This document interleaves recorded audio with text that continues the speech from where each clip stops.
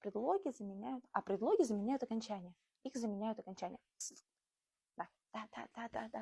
Сәлеметсіздер ме, құрметті достар, менің атым Анель, және мен сөйле клубының оқытушысымын.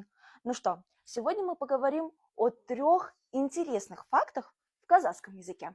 Давайте начнем с самого простого. В казахском языке нет родов, а значит местоимение он, она переводится как ол. Мы продолжаем. Чтобы запомнить личные местоимения, жіктік жалғауы, я, ты, он, она, вместе целая страна.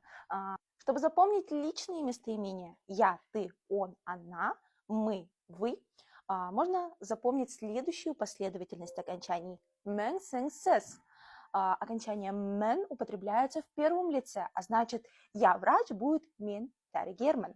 Во втором лице мы употребляем окончание в простом виде и в уважительном. То есть в простом виде ты врач будет сен дәрігерсің, а в уважительном сіз дәрігерсіз. Ну и в третьем лице окончание отсутствует. Ну что, дорогие друзья, вы не устали? Тогда ловите третий факт. В казахском языке нету предлогов, поэтому их заменяют окончания, к примеру, как септік жалғау. Чтобы сказать, где ты находишься, используй барыс септігі. Да, де, та, те. В школе, мектепте, в библиотеке, кітапханада, дома, үйде и так далее. Учите казахский язык и будьте в тренде.